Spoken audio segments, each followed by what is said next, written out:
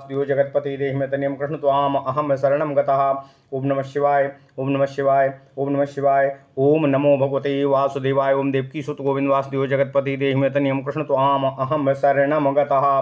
अथ श्रीमद्भगवद गीता द्वितीयो अध्याय। संजय उवाच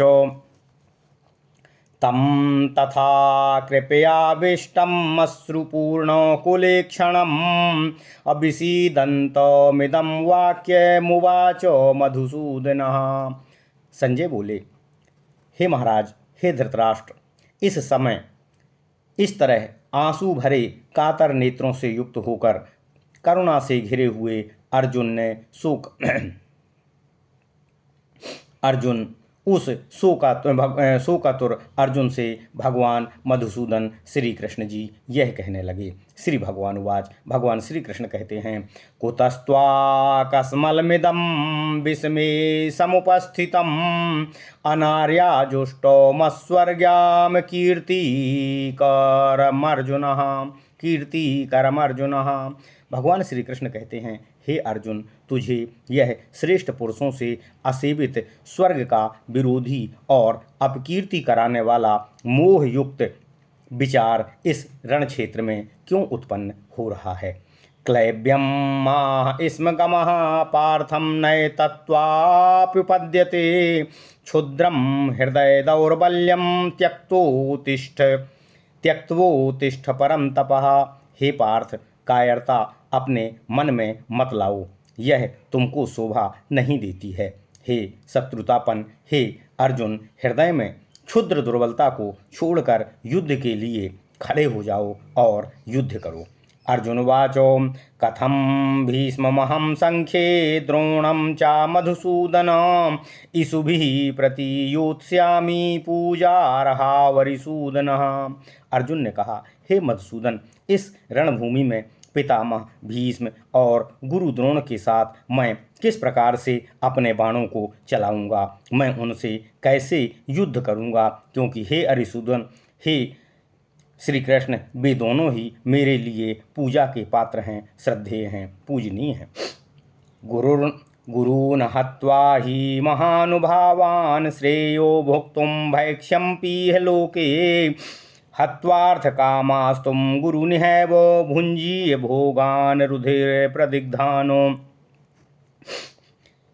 हे श्री कृष्ण, हे माधव, ऐसे महानुभाव अपने ही पूज्य गुरुदेव और पितामह को मैं मारकर इस जगत में भीख खाना भी पसंद करता हूँ, क्योंकि इन गुरुजनों को मारकर इस संसार में रुधिर से सने हुए अर्थ और काम रूप भोग को ही तो मैं भोगूंगा, अर्थात उनको मारने के लिए भी केवल भोग ही तो मुझे प्राप्त होंगे, और मैं अपने सुख और भोग के लिए अपने ही पूजनीय गुरुजनों, दादाओं, पितामहों और भाइयों को मार नहीं सकता हूँ।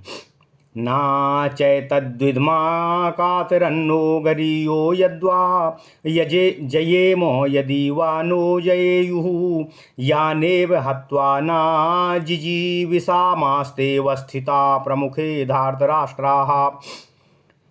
हे केशव, हम यह नहीं जानते कि हमारे लिए युद्ध करना अच्छा है, उचित है। हमें यह पता नहीं है कि इस युद्ध में हम जीतेंगे या हमारे शत्रु हम पर विजय प्राप्त करेंगे। जिसको मारकर हम जीवित रहना भी नहीं चाहते हैं, वे ही धृतराष्ट्र के पुत्र हमारे सामने हमारे लिए युद्ध के लिए खड़े हैं। कार्पण्य दोषोपहतः स्वभावः पृच्छामि त्वां धर्म सम्मूढ़चेताः यच्छ्रेयः स्यान्निश्चितं ब्रूहि तन्मे शिष्यास्तेऽहं साधिमां त्वां प्रपन्नम्। हे श्री कृष्ण, कायरता रूप दोष से नष्ट हुए स्वभाव वाले और धर्म का निर्णय करने में मोहित चित्त हुआ मैं आपसे पूछना चाहता हूँ, हे श्री कृष्ण, जो निश्चित की हुई हितकर बात हो, आप वह मुझे बताने की कृपा करें। मैं आपका शिष्य हूँ, मैं आपका भक्त हूँ, मैं आपकी शरण में आया हुआ हूँ, अतः आप अपने शरणागत को उचित उपदेश देने की कृपा कीजिए। नाहि प्रपश्यामि ममापनुद्याद्यच्छोक मुच्छोषमिन्द्रियाणां नाहि पश्यामि ममापनुद्याद्याच्छोकमुच्छोषमिन्द्रियाणाम् अवाप्य भूमा वसपन्न मध्यम राज्यम सुराणामपि चाधिपत्यम। हे केशव, पृथ्वी में निष्कंटक धन धान्य संपन्न राज्य को या देवताओं के स्वामित्व को पाकर भी मैं ऐसा कोई उपाय नहीं देख रहा हूँ जो मेरी इंद्रियों को मेरे ही परिवारजनों को मारने के बाद सुख और उस दुख और शोक को दूर करने वाला हो। एव मुक्त्वा हृषिकेशं गुडाकेशः परं तपा नायोत्स्य इति गोविंदो मुक्त्वा तूष्णीम बभूवः। संजय कहते हैं, हे महाराज, हे धृतराष्ट्र, निंद्रा विजयी अर्जुन अंतर्यामी भगवान श्री कृष्ण से इस प्रकार निवेदन करते हुए साफ साफ बातें कहकर कि मैं अपने ही बंदनी जनों से, अपने ही भ्रातृबंधुओं से युद्ध नहीं कर सकता हूँ, वे चुप हो गए। तमुवाच हृषिकेशा प्रहसन्निव भारतो सेनयोरुभयोर्मध्ये अभिसीदन्तमिदं वचः। हे भारत, इस तरह दोनों सेनाओं के बीच शोक करते हुए उस अर्जुन से भगवान श्री कृष्ण मुस्कुराकर यह वचन कहते हैं।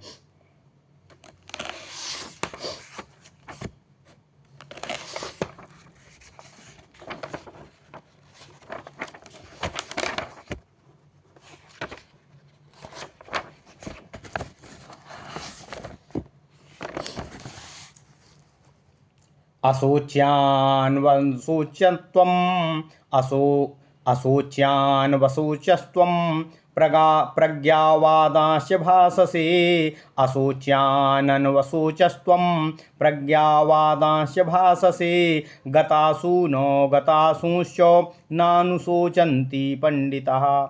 भगवान श्री कृष्ण कहते हैं, हे अर्जुन, जो शोक करने योग्य नहीं होते हैं उन्हें अशोच्य कहते हैं। भीष्म, द्रोण आदि सदाचारी और परमार्थ रूप से नित्य होने के कारण भी अशोच्य हैं। उन न शोक करने योग्य भीष्म पिता और द्रोणाचार्य आदि के निमित्त तू शोक क्यों कर रहा है? क्योंकि वे मेरे हाथ मारे जाएंगे। मैं उनसे रहित होकर राज्य आदि का क्या सुख भोग करूंगा। तथा तू प्रज्ञावानों के अर्थात बुद्धिमानों के वचन भी बोलता है। अभिप्राय यह है कि इस तरह तू उन्मत्ता की भांति मूर्खता और बुद्धिमत्ता, इन दोनों प्रकार के परस्पर विरुद्ध भावों को अपने अंदर प्रदर्शित क्यों कर रहा है?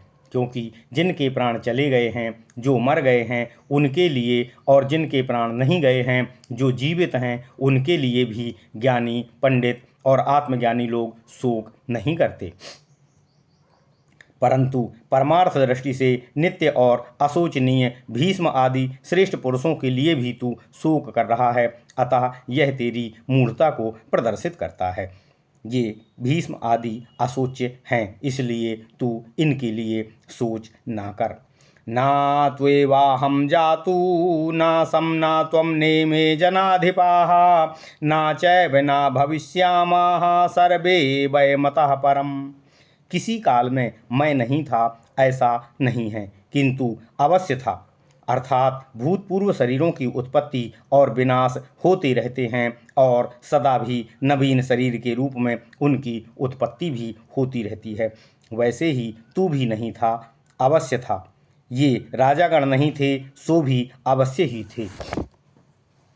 इसके बाद अर्थात इन शरीरों का नाश होने के बाद भी हम सब नहीं रहेंगे, सो ऐसा भी नहीं है। अभिप्राय यह है कि तीनों कालों में ही आत्मा रूप से सभी नित्य होते हैं। यहाँ बहुवचन का प्रयोग देह भेद से विचार से किया गया है, आत्मभेद के विचार से नहीं, क्योंकि आत्मा तो एक है।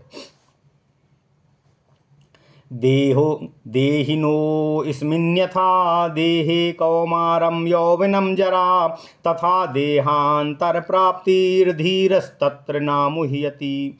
जिसका देह है वही देही है। उस देही की अर्थात शरीरधारी आत्मा की इस वर्तमान शरीर में जैसे कौमार अवस्था, बाल्यावस्था, यौवन अवस्था, तरुणा अवस्था और जरा अवस्था अर्थात वृद्धावस्था आती है, ये परस्पर विलक्षण तीनों अवस्थाएं ही होती हैं। इनमें पहली अवस्था के नाम से आत्मा का नाश नहीं होता और दूसरी अवस्था की उत्पत्ति से आत्मा की उत्पत्ति भी नहीं होती। तो फिर होता क्या है कि इन निर्विकार आत्मा को ही दूसरी और तीसरी अवस्था की प्राप्ति होती हुई देखी गई है। वैसे ही निर्विकार आत्मा को ही देहांतर की प्राप्ति अर्थात इस शरीर से दूसरे शरीर का नाम देहांतर होता है, उसकी प्राप्ति होती हुई दिखती है। ऐसा होने से अर्थात आत्मा को निर्विकार और नित्य समझ लेने के कारण शरीर बुद्धिमान इस विषम विषय में मोहित नहीं होता अर्थात शरीर से मोह को प्राप्त नहीं होता।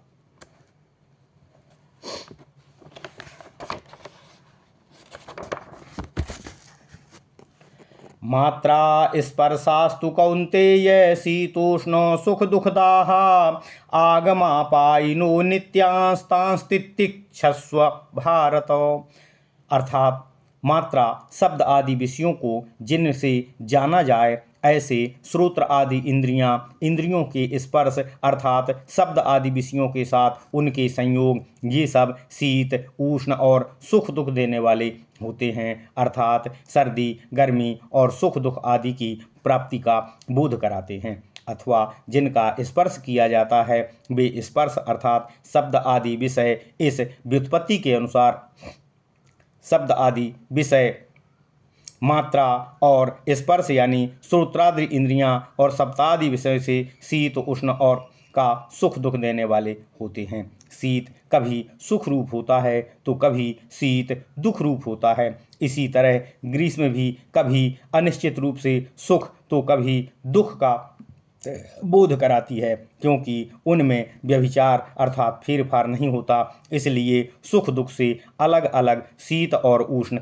ग्रहण किया गया है, जिससे कि वे मात्रा अर्थात स्पर्श आदि इंद्रिय बोध की उत्पत्ति और विनाशशील का है, इससे अचिंत्य है। अतः उन शीतोष्ण आदि की तू सहन कर अर्थात उनमें हर्ष और विषाद का भेद मत कर।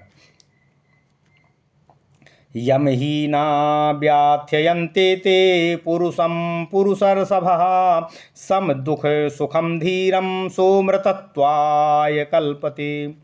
सुख दुख को समान समझने वाले अर्थात जिसकी दृष्टि में सुख और दुख एक समान हैं, सुख दुख की प्राप्ति में जो हर्ष और विषाद से रहित रहता है, ऐसे जिस धीर बुद्धिमान पुरुष में ये उपयुक्त शीत और गर्मी आदि व्यथा नहीं पहुंचा सकते हैं अर्थात नित्य ही आत्मदर्शन से उसे विचलित नहीं कर सकते हैं, वह नित्य आत्मदर्शन निष्ठ और शीत उष्ण आदि द्वंद्वों को सहन करने वाला पुरुष मृत्यु से अतीत हो जाने के लिए अर्थात मोक्ष को प्राप्त करने के लिए समर्थ हो जाता है।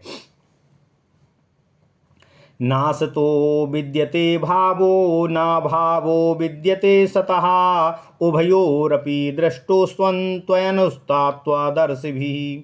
वास्तव में अविद्यमान शीत उष्ण आदि और उनके कारणों का भाव होना अर्थात उनका होनापन अर्थात अस्तित्व है ही नहीं, क्योंकि प्रमाणों द्वारा निरूपण किए जाने पर शीतोष्ण आदि और उनके कारण कोई पदार्थ ही नहीं ठहरते हैं, क्योंकि वे शीत उष्ण आदि सब विकार और विकार सदा बदलता रहता है। जैसे चक्षु द्वारा निरूपण किए जाने पर घट आदि का आकार मिट्टी को छोड़कर और कुछ भी उपलब्ध नहीं होता, इसलिए असत है, वैसे ही सभी विकार कारण के सिवा उपलब्ध न होने से असत होते हैं, क्योंकि उत्पत्ति से पूर्व और नाश के पश्चात किसी का कोई अस्तित्व नहीं होता है।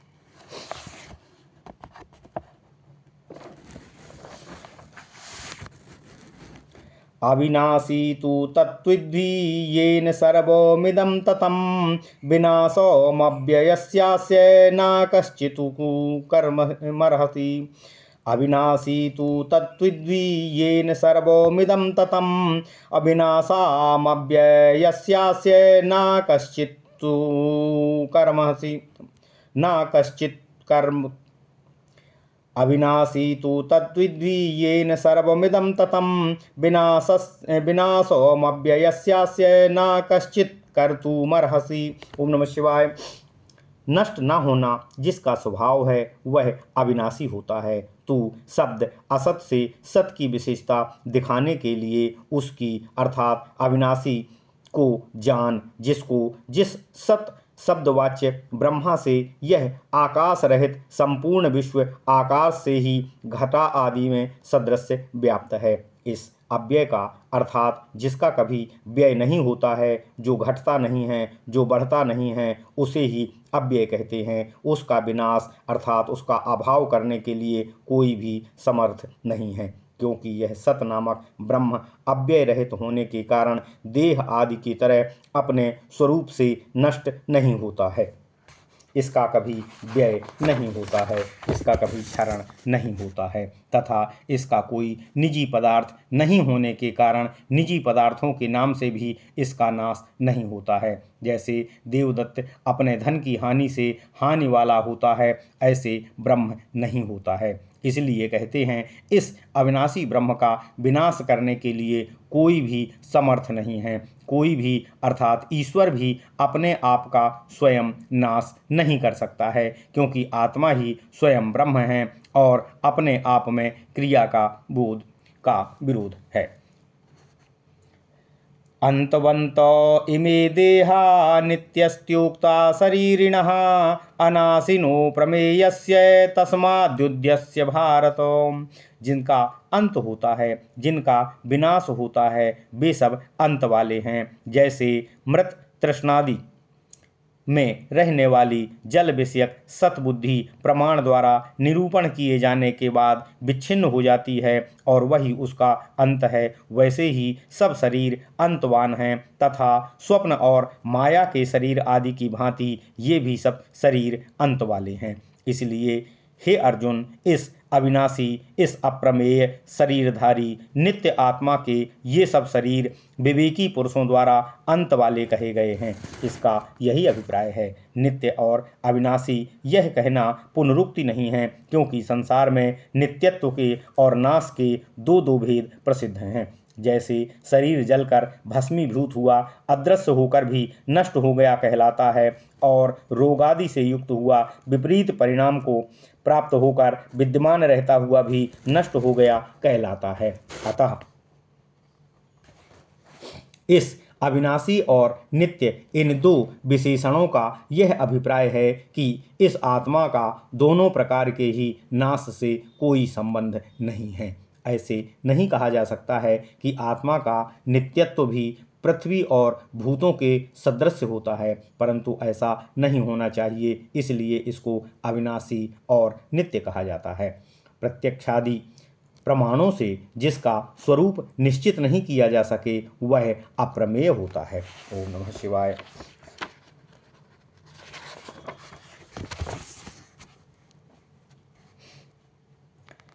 या एनं वेत्ति हन्तारं यश्चैनं मन्यते हतम् उभौ तौ नाभिजानीतो नायं हन्ति न हन्यते।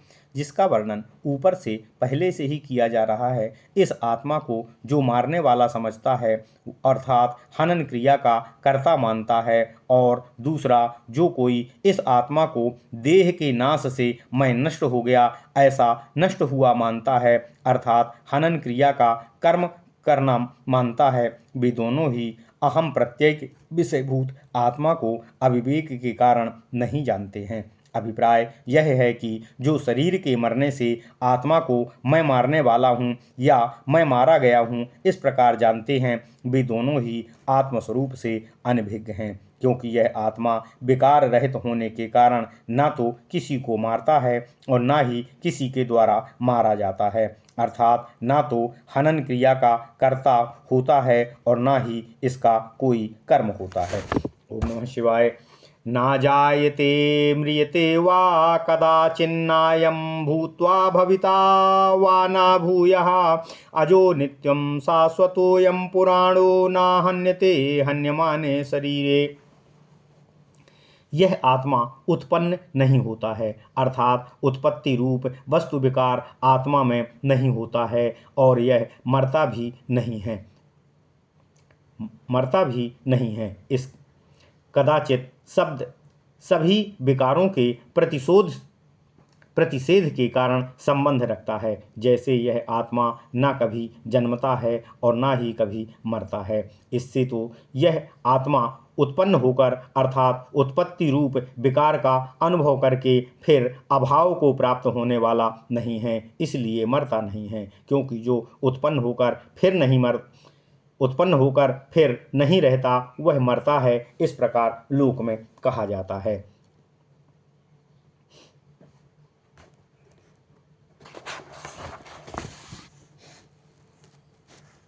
वेदाविनाशिनं नित्यं या एनमजमव्ययं कथं सा पुरुषः पार्थो कं घातयति हन्तिकम्। पूर्व मंत्र में कहे हुए लक्षणों से युक्त इस आत्मा को जो अविनाशी अंतिम भाव विकार रूप मरण से रहित नित्य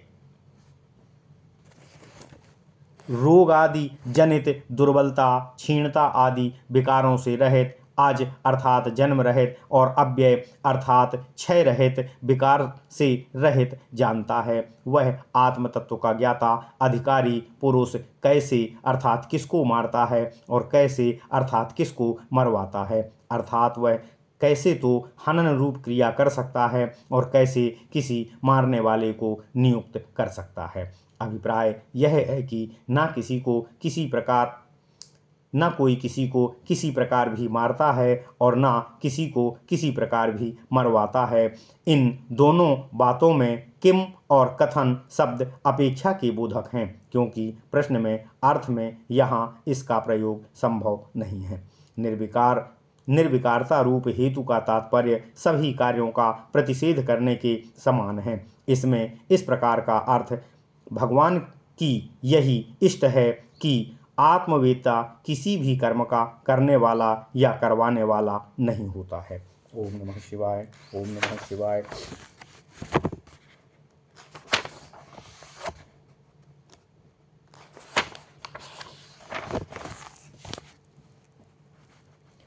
अव्यक्तोऽयमचिन्त्योऽयं विकार्योऽयमुच्यते तस्मादेवं विदित्वैनं नानुशोचितुमर्हसि।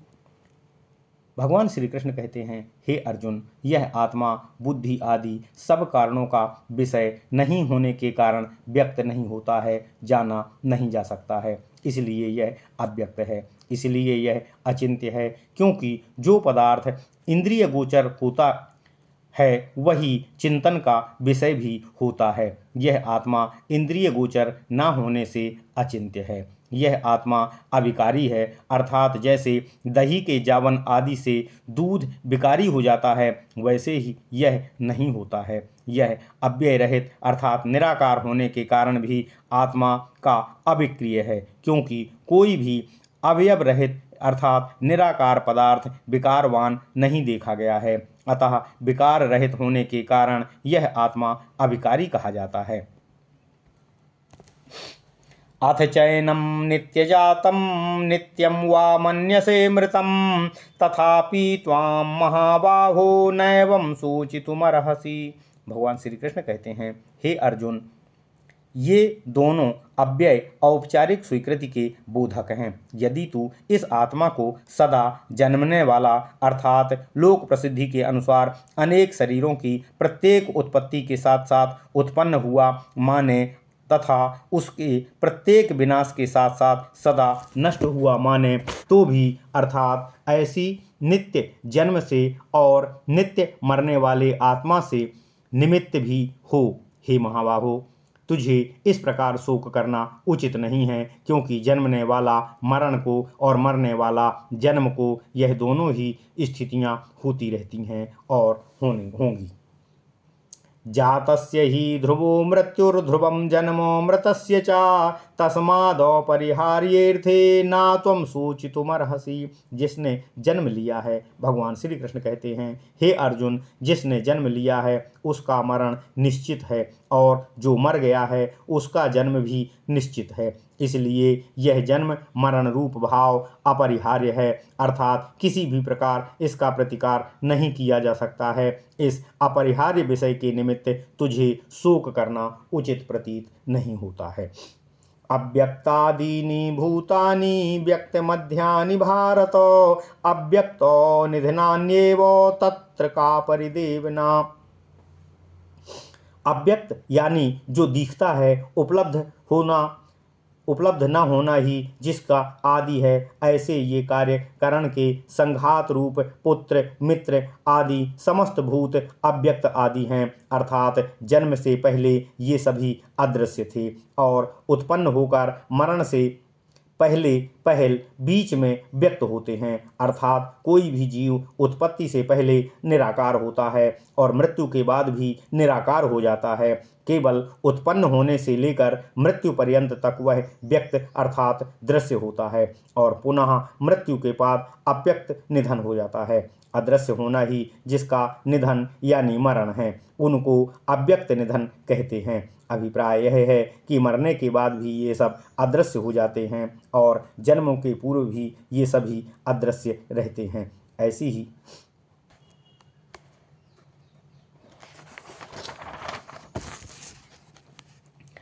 आश्चर्यावत् पश्यति कश्चिदेनामाश्चर्यावद्वदति तथैव चान्याः आश्चर्यावच्चैनमन्या शृणोति श्रुत्वाप्येनं वेदना चैव कश्चितो। भगवान श्री कृष्ण कहते हैं, हे अर्जुन, पहले जो नहीं देखा गया हो, अकस्मात दृष्टिगोचर हुआ हो, ऐसे अद्भुत पदार्थ का नाम आश्चर्य है। उसके सदृश्य का नाम आश्चर्यवत है, अर्थात इस आत्मा को कोई भी महापुरुष ही आश्चर्य में वस्तु की भांति ही देखता है, वैसे ही दूसरा कोई एक मनुष्य इसको आश्चर्यवत कहता है, अन्य कोई इसको आश्चर्यवत सुनता है, एवं कोई इस आत्मा को सुनकर, देखकर और कहकर भी नहीं जानता है। अथवा जो इस आत्मा को देखता है वह आश्चर्य के तुल्य है, जो कहता है और जो सुनता है वह भी आश्चर्य के ही तुल्य है। अभिप्राय यह है कि अनेक सहस्त्रों में से कोई एक ही ऐसा होता है जिसके लिए आत्मा बड़ा ही दुर्बोध है। देहि नित्यामवध्योऽयं देहे सर्वस्य भारत, तस्मात् सर्वाणि भूतानि न त्वं शोचितुमर्हसि। भगवान श्री कृष्ण कहते हैं, हे अर्जुन, यह जीवात्मा सर्वव्यापी होने के कारण सबके स्थावर जंगम आदि शरीर में स्थित है, तो भी अव्यय रहित और नित्य होने के कारण सदा ही सभी अवस्थाओं में अवध्य भी है, जिससे कि संपूर्ण प्राणियों के शरीरों का नाश किए जाने पर भी इस आत्मा का नाश नहीं किया जा सकता है। इसलिए भीष्म आदि सभी प्राणियों के उद्देश्य से तुझे इनकी मृत्यु का शोक नहीं करना चाहिए। स्वधर्मपि चावेक्ष्यो नाविकम्पितुमर्हसि, धर्म्याधियुद्धाद् छेयो यन्त्यस्त्रियस्य न विद्यते। भगवान श्री कृष्ण कहते हैं, हे अर्जुन, क्षत्रिय के लिए जो युद्ध रूप स्वधर्म है उसे देखकर भी तुझे कंपित होना उचित नहीं है। अभिप्राय यह है कि अपने स्वाभाविक धर्म से विचलित होना, हटना भी तुझे उचित नहीं है, क्योंकि वीर पुरुष वह युद्ध पृथ्वी विजय द्वारा धर्म पालन और प्रजा रक्षण के लिए ही किया जाता है। इसलिए धर्म से ओतप्रोत परम धर्म है, अर्थात उस धर्म में युद्ध के सिवा दूसरा कुछ भी क्षत्रिय के लिए कल्याणप्रद नहीं होता। क्षत्रिय का परम कल्याण है अपने धर्म की रक्षा के लिए युद्ध करना और अपनी प्रजा की रक्षा के लिए युद्ध करना। अद्रच्छया चोपपन्नं स्वर्गद्वारामपावृतं, सुखिनः क्षत्रियाः पार्थो लभन्ते युद्धमीदृशम्। हे पार्थ, भगवान श्री कृष्ण कहते हैं, हे पार्थ, अनिच्छा से प्राप्त बिना मांगे मिले हुए ऐसे खुले हुए स्वर्ग द्वार रूप युद्ध को जो क्षत्रिय पाते हैं, क्या वे सुख का भोग नहीं करते? क्या वो मोक्ष को प्राप्त नहीं होते? अथ चेत्त्वामिमं धर्मं संग्रामं न करिष्यसि ततः स्वधर्म कीर्तिं च हित्वा पापमवाप्स्यसि। ओम नमः शिवाय। ओम नमः शिवाय। भगवान श्री कृष्ण कहते हैं, हे अर्जुन, यदि तू यह धर्म से ओतप्रोत युद्ध नहीं करेगा तो उस युद्ध के ना करने के कारण अपने धर्म को और महादेव आदि के साथ युद्ध करने से प्राप्त हुई कीर्ति को तू नष्ट करके केवल पाप को ही प्राप्त करेगा। अपकीर्तिं चापि भूतानि कथयिष्यन्ति ते व्ययामो संभावितस्य चाकीर्तिर्मरणादतिरिच्यते। हे अर्जुन, सब लोग तेरी बहुत दिनों तक स्थायी रहने वाली अपकीर्ति के अनुसार तेरी निंदा भी किया करेंगे। धर्मात्मा और सूरवीर इत्यादि गुणों से प्रतिष्ठा पाए हुए पुरुष के लिए अपकीर्ति मरण से भी अधिक पीड़ादायी होती है। अभिप्राय यह है कि संभावित मर्यादा पुरुष के लिए अपकीर्ति की अपेक्षा मरना ज़्यादा श्रेयस्कर होता है।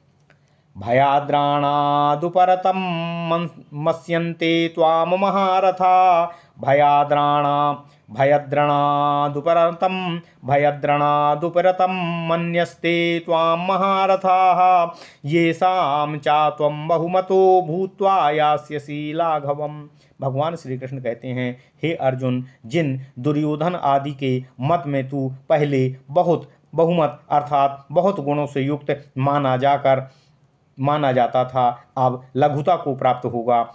वे दुर्योधन आदि महारथीगण तुझे कर्ण आदि के भय से ही युद्ध से निवृत्त हुआ मानकर तेरी अपकीर्ति फैलाएंगे। दया करके हट गया ऐसा कभी नहीं कहेंगे। अवाच्यवादांश बहून् वदिष्यति तवाहिता अनिंदन्तस्तव सामर्थ्यम ततो दुखतरम नु किम। हे अर्जुन, वे तेरे शत्रुगण निवात कवच आदि के साथ युद्ध करने में दिखलाए हुए तेरे सामर्थ्य की निंदा करते हुए बहुत से अर्थात अनेक प्रकार से ना कहने योग्य अपकीर्ति युक्त वचन भी तेरे लिए कहेंगे। जिस निंदा जनित दुख से अधिक बड़ा और कोई दुख नहीं होता, अर्थात उससे अधिक कष्टकर अपकीर्ति वाले शब्दों के दुख से बड़ा तुम्हारे लिए और कोई दुख नहीं होगा। हतो वा प्राप्स्यसि स्वर्गं जित्वा वा भोक्ष्यसे महीम् तस्मादुत्तिष्ठ कौन्तेय युद्धाय कृतनिश्चयः। भगवान श्री कृष्ण कहते हैं, हे अर्जुन, या तो उनके द्वारा मारा जाकर तू स्वर्ग को प्राप्त करेगा अथवा कर्ण आदि सूरवीरों को जीतकर तू पृथ्वी के राज्य को भोगते हुए कीर्ति को प्राप्त करेगा। अभिप्राय यह है कि दोनों ही तरह से केवल तेरा लाभ ही है। जबकि यह बात इसलिए है कि हे कौन्तेय, युद्ध के लिए निश्चय करके तू खड़ा हो जा। मैं या तो शत्रु को जीतूंगा या मैं मृत्यु को प्राप्त होऊंगा, ऐसा निश्चय करके तू धर्म युद्ध के लिए खड़ा हो। सुख दुखे समे कृत्वा लाभालाभौ जया जयो ततो युद्धाय युज्यस्व नैनं पापमवाप्स्यसि। भगवान श्री कृष्ण कहते हैं, हे अर्जुन, सुख और दुख को समान और तुल्य समझकर अर्थात इनसे राग और द्वेष ना करके तथा इस युद्ध में लाभ और हानि को ना देखकर जय और पराजय को समान समझकर उसके बाद तू युद्ध के लिए चेष्टा कर। इस तरह युद्ध करता हुआ तू पाप को प्राप्त नहीं होगा।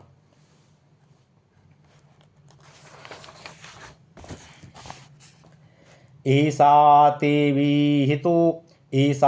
विहिता सांख्ये बुद्धिर्योगे त्विमां शृणु बुद्धिया युक्तो यया पार्थो कर्म बंधम प्रहास्यसि। भगवान श्री कृष्ण कहते हैं, हे अर्जुन, मैंने तुझसे सांख्य अर्थात परमार्थ वस्तु की पहचान के विषय में यह बुद्धि यानी यह ज्ञान तुझे सुनाया है। यह ज्ञान संसार के जो शोक मोह और दोष आदि हैं उनकी निवृत्ति का साक्षात कारण है। इसकी प्राप्ति के उपाय योग के विषय में अर्थात आसक्ति रहित होकर सुख दुख आदि द्वंद्वों के त्याग पूर्वक ईश्वर आराधन के लिए कर्म किए जाने वाले कर्म योग के विषय में और समाधि योग के विषय में इस बुद्धि को जो कि आगे कही जाती है तू उसे सुन। रुचि बढ़ाने के लिए उस बुद्धि की स्तुति करते हैं। हे अर्जुन, जिस योग विषयक बुद्धि से युक्त हुआ तू धर्माधर्म नामक कर्म रूप बंधन को ईश्वर कृपा से होने वाली ज्ञान प्राप्ति द्वारा नाश कर डालेगा, वह मेरा अभिप्राय तू सुन। नेहाभिक्रम नाशोस्ति प्रत्यवायो न विद्यते स्वल्पमप्यस्य धर्मस्य त्रायते महतो भयातो। आरंभ का नाम अभिक्रम है। इस कर्म योग रूपी मोक्ष मार्ग में अभिक्रम का यानी कर्म को प्रारंभ करने का कृषि आदि के सदृश नाश नहीं होता है। अभिप्राय यह है कि योग विषयक प्रारंभ का फल अनैक्तांतिक अर्थात संशय युक्त नहीं होता है तथा चिकित्सा आदि की तरह इसमें प्रत्यवाय अर्थात विपरीत फल भी प्राप्त नहीं होता है। तो क्या होता है, इस कर्म योग रूप धर्म का थोड़ा सा भी अनुष्ठान अर्थात साधन करने पर जन्म मरण रूप महान संसार भय से रक्षा किया जाता है। व्यवसायात्मिका बुद्धि रेके हे कुरुनंदना बहुशाखा ह्यनंताश्च अबुद्धयो व्यवसायी नामो। भगवान श्री कृष्ण कहते हैं, हे कुरुनंदन, हे अर्जुन, इस कल्याण मार्ग में व्यवसायात्मिका निश्चय स्वभाव वाली बुद्धि एक ही है, यानी यथार्थ प्रमाण जनित होने के कारण अन्य विपरीत बुद्धियों के शाखा भेदों की बाधक है। जो इतर अर्थात दूसरी बुद्धियां हैं, जिनके शाखा भेद के विस्तार से संसार अनंत अपार और अनुपरत होता है अर्थात निरंतर अत्यंत विस्तृत होता जाता है, उन अनंत भेदों वाली बुद्धियों का प्रमाण जनित विवेक बुद्धि के बल से अंत हो जाने पर संसार का भी अंत हो जाता है। परंतु जो अव्यवसायी है, जो प्रमाण जनित विवेक बुद्धि से रहित है, उनकी वे बुद्धियां बहुत शाखा अर्थात बहुत भेदों वाली और प्रति शाखा भेद से अनंत होती चली जाती हैं। यामिमां पुष्पितां वाचम अप्रवदन्त्या विपश्चितः अभेदवादरता पार्थो नान्यदस्तीति वादिनः। भगवान श्री कृष्ण कहते हैं, हे अर्जुन, इस आगे कही जाने वाली पुष्पित वृक्षों जैसी शोभित और सुनने में ही रमणीय जिस वाणी को कहा करते हैं,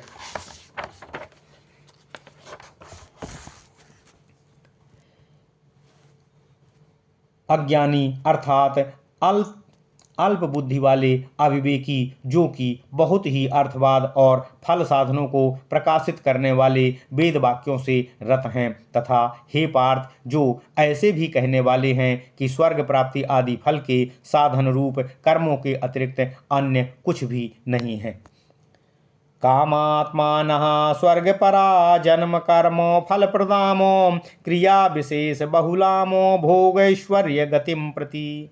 भगवान श्री कृष्ण कहते हैं, हे अर्जुन, कामात्मा जिन्होंने भोग कामना को ही अपना स्वभाव बना लिया है, ऐसे भोग परायण और स्वर्ग को प्रधान मानने वाले यानी स्वर्ग ही जिनका परम पुरुषार्थ है, ऐसे पुरुष जन्म रूप कर्म फल को देने वाली बातें ही किया करते हैं। कर्म के फल का नाम कर्म फल है। जन्म रूप कर्म फल अर्थात जन्म कर्म फल कहलाता है। उसकी देने वाली वाणी जन्म कर्म फल प्रदा कही जाती है, ऐसी वाणी कहा करते हैं। इस प्रकार भोग और ऐश्वर्य की प्राप्ति के लिए जो क्रियाओं के भेद हैं, वे जिस वाणी में बहुत हों अर्थात स्वर्ग पशु पुत्र आदि अनेक पदार्थ जिस वाणी द्वारा अधिकता से बतलाए जाते हैं, ऐसी वे बहुत सी क्रिया भेदों को बतलाने वाली वाणी को बोलने वाले वे मूढ़ बारंबार संसार चक्र में भ्रमण करते हुए कभी भी मुक्ति और मोक्ष को प्राप्त नहीं होते हैं। भोगैश्वर्य प्रसक्तानां तया प्रहत चेतसामो व्यवसायात्मिका बुद्धि समाधौ न विधीयते। जो भोग और ऐश्वर्य में आसक्त हैं अर्थात भोग और ऐश्वर्य ही पुरुषार्थ हैं, ऐसा मानकर उनमें ही जिनका प्रेम हो गया है, इस प्रकार जो तद्रूप हो रहे हैं तथा क्रिया भेदों को विस्तार पूर्वक बतलाने वाली उस उपर्युक्त वाणी द्वारा जिसका चित्त हर लिया गया हो, अर्थात ऐसी जिनकी विवेक बुद्धि आच्छादित हो रही हो, उसकी समाधि में संख्या विषयक या योग विषयक निश्चयात्मिका बुद्धि नहीं ठहरती है। पुष्प के भोग के लिए, पुरुष के भोग के लिए जिसमें सब कुछ स्थापित किया जाता है, उसका नाम समाधि है। इस व्युत्पत्ति के अनुसार समाधि अंतःकरण का नाम है, उसमें बुद्धि नहीं ठहरती है, अर्थात उत्पन्न ही नहीं होती है।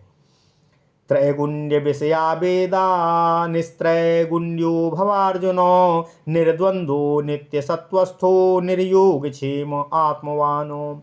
भगवान श्री कृष्ण कहते हैं, हे अर्जुन, वेद त्रैगुण्य विषयक है, अर्थात तीनों गुणों के कार्य रूप संसार को ही प्रकाशित करने वाले हैं, परंतु हे अर्जुन, तू असंसारी हो, निष्कामी हो तथा निर्द्वंद्व हो, अर्थात सुख दुख के हेतु जो परस्पर विरोधी युग्म पदार्थ हैं, उनका नाम ही द्वंद्व होता है। तू उनसे रहित हो और नित्य सत्वस्थ हो, अर्थात सदा सत्वगुण के ही आश्रित हो तथा निर्योग क्षेम हो, अर्थात वस्तु को प्राप्त करने का नाम योग है और वस्तु के रक्षा करने का नाम क्षेम है। योग क्षेम की प्रधान मानने वाली कल्याण मार्ग में प्रवृत्ति होनी अत्यंत कठिन है, अतः तू योग क्षेम को ना चाहने वाला हो तथा आत्मवान हो, अर्थात आत्म विषयों में प्रमाद रहित हो। तुझ स्वधर्मानुष्ठान में लगे हुए के लिए यह उपदेश ही उचित है।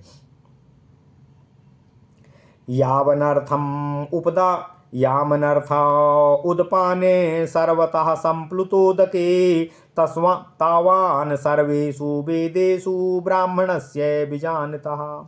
यावनर्थ उदपाने सर्वथा संप्लुतोदके तावान सर्वेषु वेदेषु ब्राह्मणस्य विजानतः।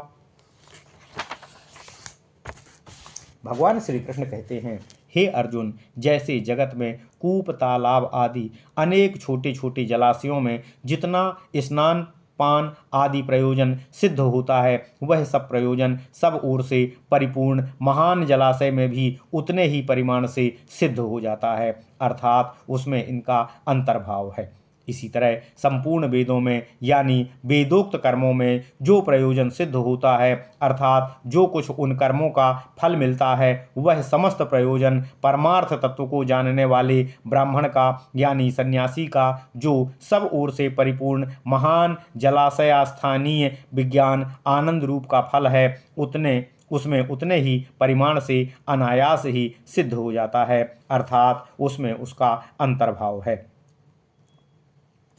कर्मण्येवाधिकारस्ते मा फलेषु कदाचन मा कर्मफल हेतुर्भूर्मां ते संगोस्त्वा कर्मणि।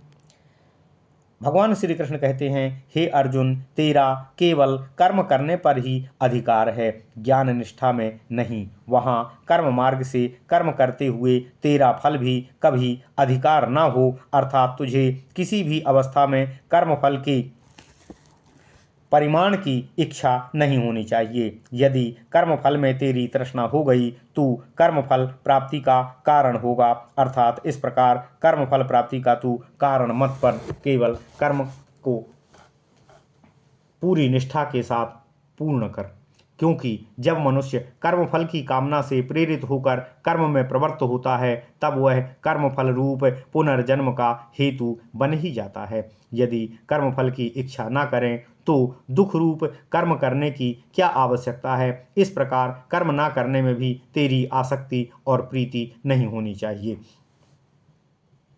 योगस्थः कुरु कर्माणि संगम त्यक्त्वा धनंजय सिद्ध्या सिद्धयो समो भूत्वा समत्वं योग उच्यते।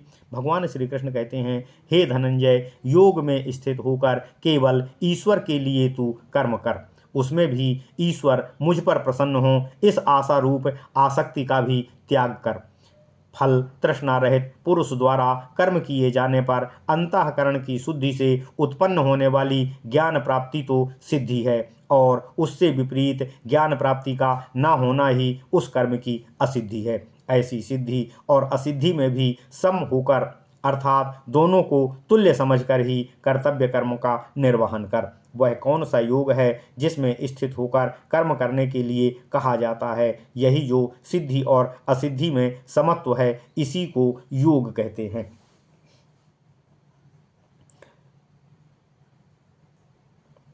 दूरेण ह्यावरम कर्म बुद्धि योगा धनंजया बुद्धौ शरणमन्विच्छ कृपणः फल हेतवः। ओम नमः शिवाय। ओम नमः शिवाय।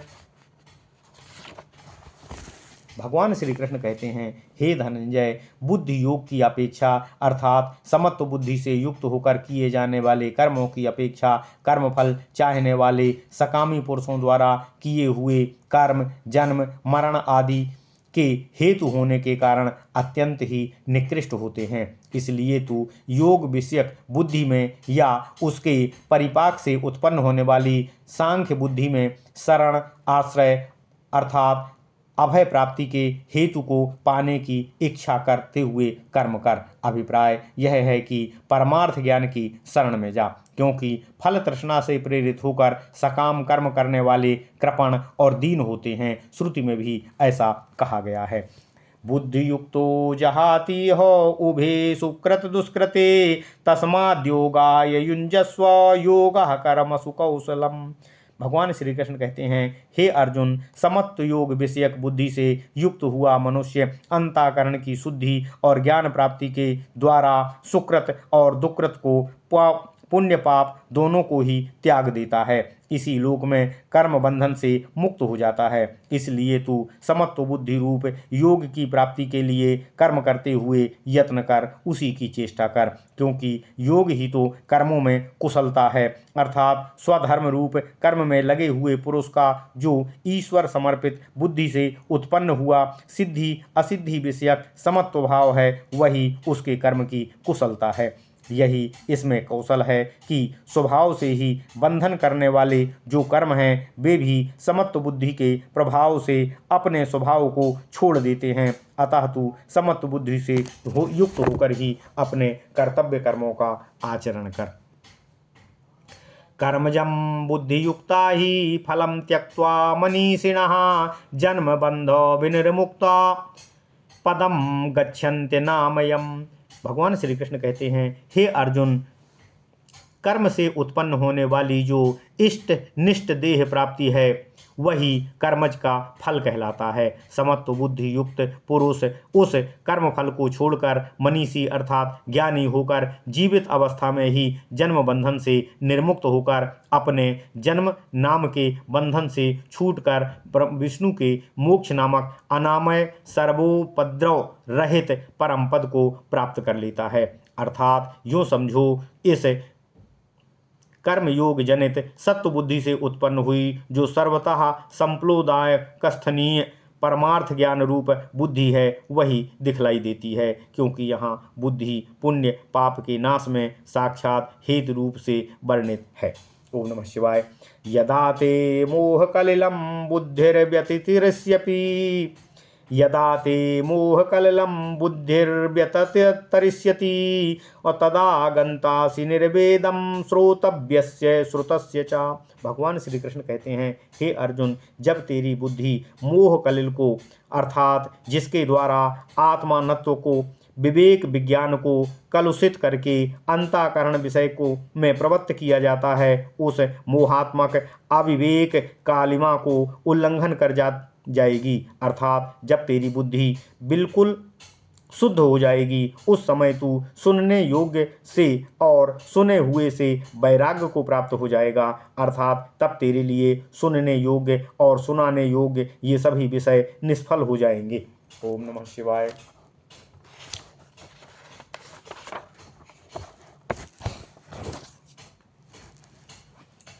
श्रुति विप्रतिपन्ना ते यदा स्थास्यति निश्चला समाधावोचला बुद्धिस्तदयोगामवस्यसि। भगवान श्री कृष्ण कहते हैं, हे अर्जुन, अनेक साध्य अनेक साधन और उनका संबंध बतलाने वाली श्रुतियों से पत्र अर्थात नाना भावों की प्राप्त हुई विक्षिप्ति हुई तेरी बुद्धि जब समाधि में यानी जिसमें चित्त का समाधान किया जाए वह समाधि है। इस व्युत्पत्ति से आत्मा का नाम समाधि है। उसमें अचल और दृढ़ रूप से स्थिर हो जाएगी यानी निक्षेप चलन से और विकल्प से रहित होकर स्थित हो जाएगी। तब तू योग को प्राप्त होगा अर्थात विवेक जनित बुद्धि रूप समाधिष्ठ निष्ठा को प्राप्त होगा। स्थित प्रज्ञस्य का भाषा समाधिस्थस्य केशवो स्थितधि किम प्रभासेतो किमासीतो ब्रजेत किम। भगवान श्री कृष्ण कहते हैं, हे अर्जुन, जिसकी बुद्धि इस प्रकार प्रतिष्ठित हो गई है कि मैं परम ब्रह्म परमात्मा ही हूँ, वह स्थित प्रज्ञ होता है।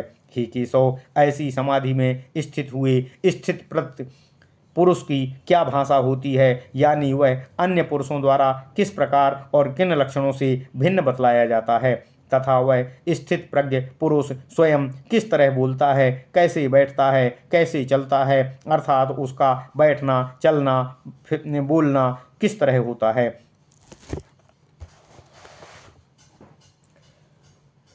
प्रजहाति यदा कामान सर्वान् पार्थो मनोगतान् आत्मन्येवात्मना तुष्टः स्थित प्रज्ञस्तदुच्यते। भगवान श्री कृष्ण कहते हैं, हे अर्जुन, जब मनुष्य मन में स्थित हृदय में प्रविष्ट संपूर्ण कामनाओं को, संपूर्ण इच्छाओं को, संपूर्ण भेदों वाली भली प्रकार से उसको त्याग देता है, उसको छोड़ देता है, सभी कामनाओं का त्याग कर देने पर तुष्टि के कारणों का अभाव हो जाता है और शरीर धारण का हेतु जो प्रारब्ध है उसका अभाव होता नहीं है। अतः शरीर स्थिति के लिए उस मनुष्य की उन्मत्त अर्थात पूरे पागल के सदृश प्रवृत्ति हो जाती है। ऐसी शंका प्राप्त होने पर कहते हैं, तब वह अपने अंतरात्मा स्वरूप में ही स्थित किसी ब्रह्म लाभ की अपेक्षा न रखकर अपने आप संतुष्ट होने वाला अर्थात परमार्थ दर्शन रूप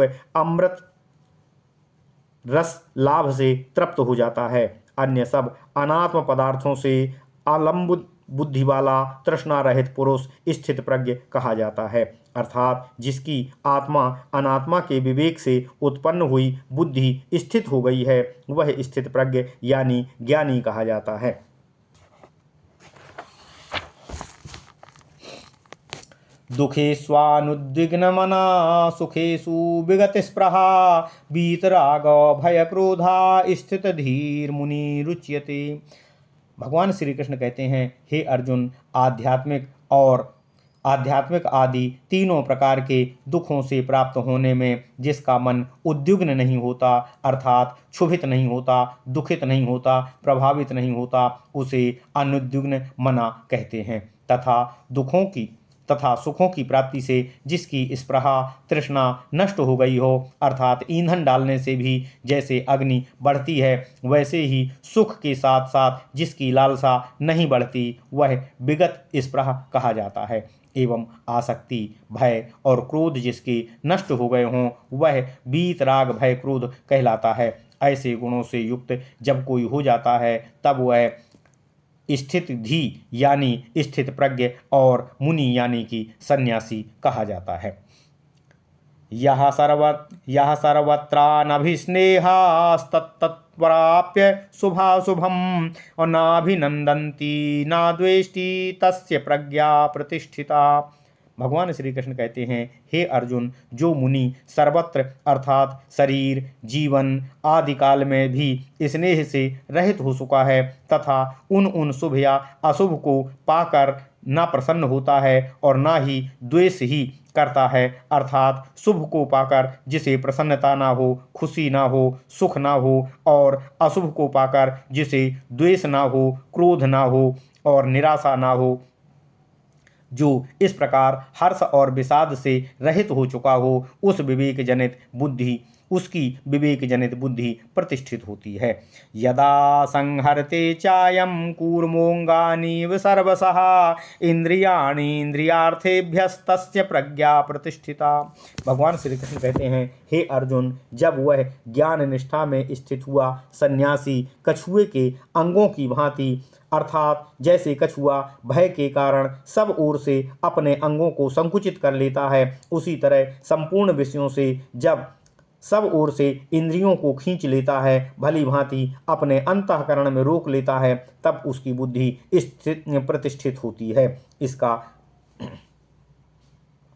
विषया विनिवर्तन्ते निराहारस्य देहिना रसवर्जम रसोप्यस्य परम दृष्ट्वा निवर्तते। भगवान श्री कृष्ण कहते हैं, हे अर्जुन, यद्यपि विषयों को ग्रहण न करने वाले कष्टकर तप से स्थित देहाभिमानी अज्ञानी पुरुष की भी विषय अर्थात शब्दवाच्य इंद्रियां अथवा केवल शब्द आदि विषय तो निवृत्त हो जाते हैं, परंतु उन विषयों में रहने वाला जो रस अर्थात आसक्ति है उसको छोड़कर निवृत्त होते हैं, अर्थात उनमें रहने वाली आसक्ति निवृत्त नहीं होती है। रस शब्द अर्थात राग का वाचक प्रसिद्धि है, क्योंकि वह रागात्मक सूक्ष्म आसक्ति भी इस यति की परमार्थ तत्व रूप ब्रह्म का प्रत्यक्ष दर्शन होने पर निवृत्त हो जाती है, अर्थात मैं ही ब्रह्म हूँ। इस प्रकार भाव दृढ़ हो जाने पर उसका विषय विज्ञान निर्वीज हो जाता है।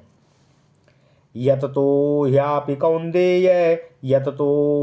कौन्तेय पुरुषस्य विपश्चितः इंद्रियाणि प्रमाथीनि हरन्ति प्रसभं मनः।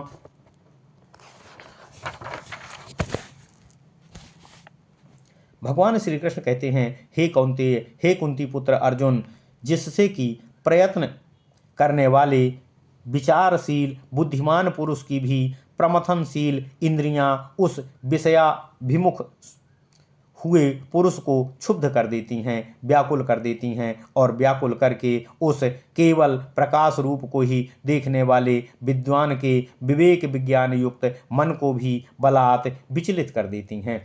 तानि सर्वाणि संयम्य युक्त आसीत मत्परः बसेहि यस्येन्द्रियाणि तस्य प्रज्ञा प्रतिष्ठिता।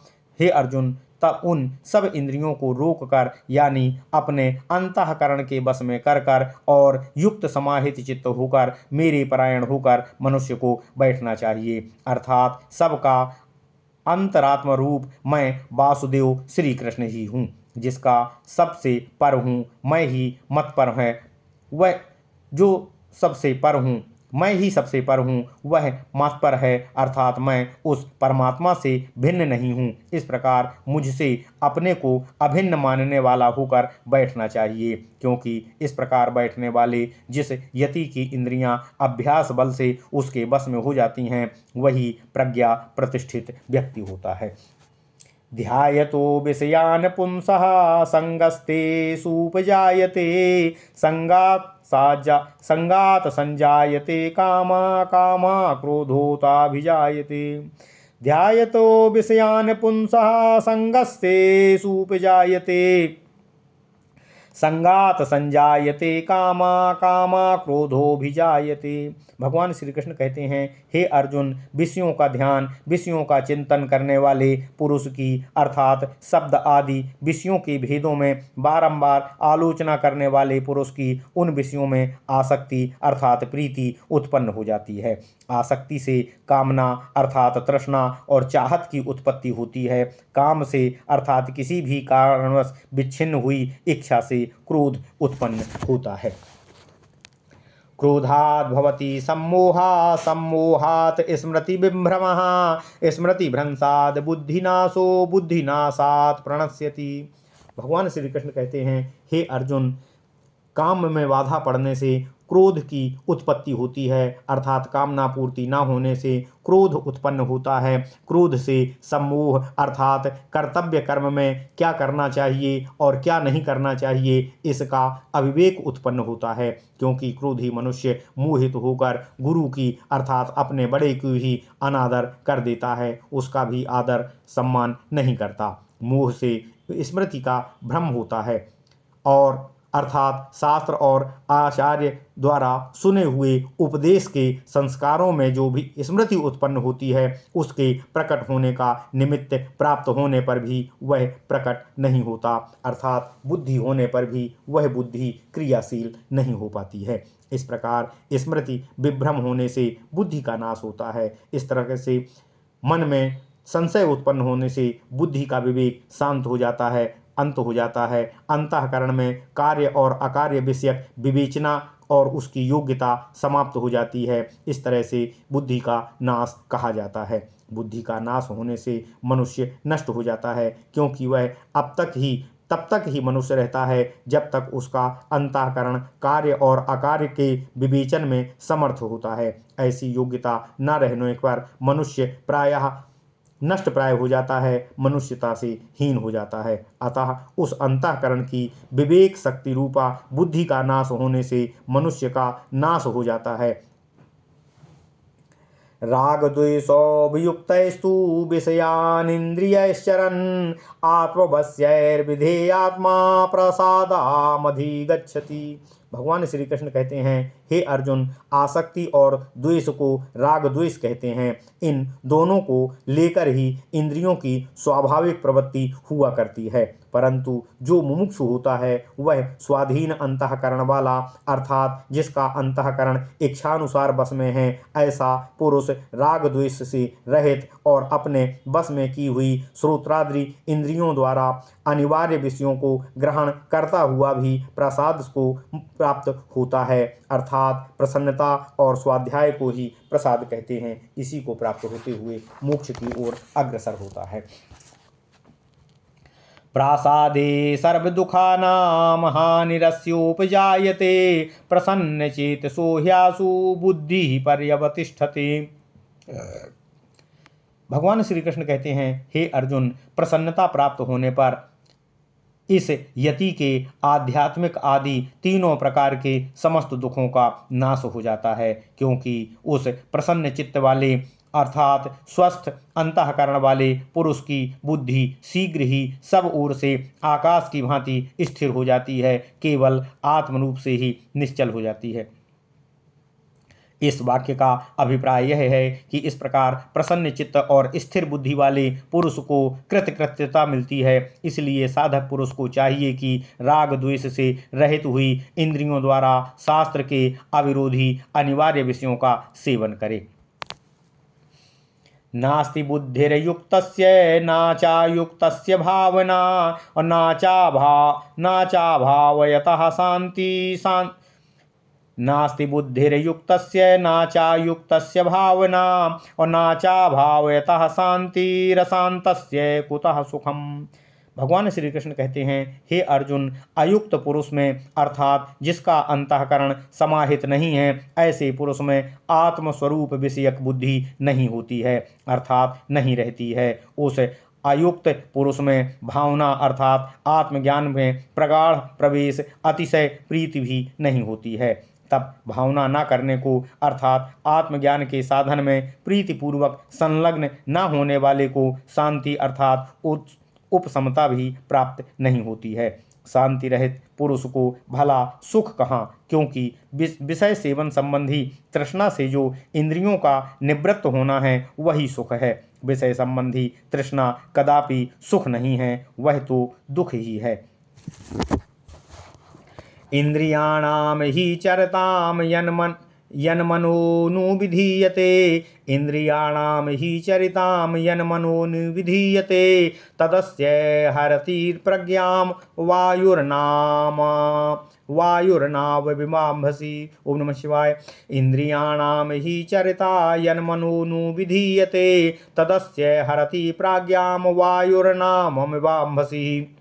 भगवान श्री कृष्ण कहते हैं, हे अर्जुन, क्योंकि अपने अपने विषय में विचरने वाले अर्थात विषयों में प्रवृत्त हुई इंद्रियों में से जिनके पीछे पीछे यह माना जाता है कि विषयों में प्रवृत्त होता है, वह उस इंद्रिय के विषय को विभाग पूर्वक ग्रहण करने में लगा हुआ मान इस साधक की आत्मा अनात्मा संबंधी विवेक ज्ञान से उत्पन्न हुई बुद्धि को हर लेता है, अर्थात नष्ट कर देता है। कैसे जैसे जल में नौका को वायु हर लेती है, वैसे ही अर्थात जैसे जल में चलने की इच्छा वाले पुरुष की नौका को वायु गंतव्य मार्ग से हटाकर उल्टे मार्ग पर ले जाती है, वैसे ही यह मन आत्म विषयक बुद्धि को विचलित करके विषयात्मक बना देता है। अर्थात जैसे बिना नाविक के नाव हवा के झोंकों की तरह जिस तरफ हवा चल रही होती है उसी दिशा में जाने लगती है, वैसे ही बिना नियंत्रण किए हुए मन वाला व्यक्ति जैसे मन विचलित होता है वैसे वह कर्मों का अनुसंधान करने लगता है। तस्मादस्य महाबाहो निगृहीतानि सर्वशः इंद्रियार्थेभ्यस्तस्य प्रज्ञा प्रतिष्ठिता। क्योंकि इंद्रियों की प्रवृत्ति में दोष सिद्ध किया जा चुका है, इसलिए हे महाबाहो, जिस साधक की इंद्रियां अपने अपने शब्द आदि विषयों से सब प्रकार से अर्थात मानसिक आदि भेदों से निग्रहित की जा चुकी हैं, बस में की जा चुकी हैं, उनकी बुद्धि ही प्रतिष्ठित है। ओम नमः शिवाय।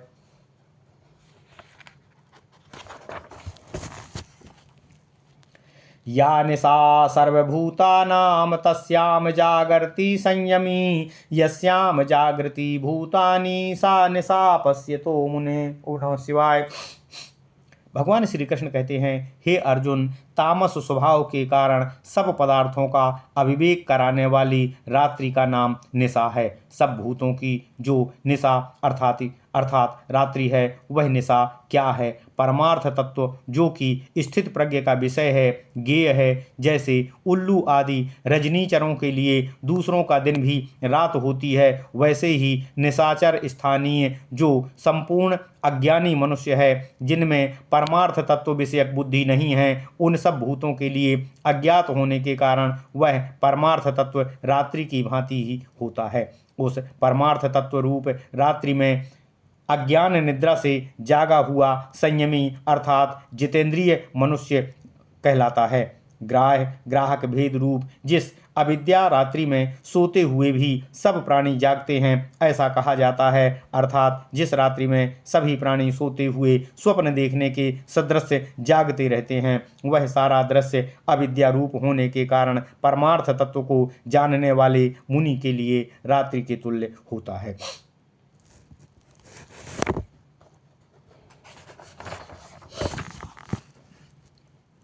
आपूर्यमाणामचला प्रतिष्ठं समुद्रमापः प्रविशन्ति यद्वत् तद्वत् कामायं प्रविशन्ति सर्वे सह शान्तिमाप्नोति न कामकामी।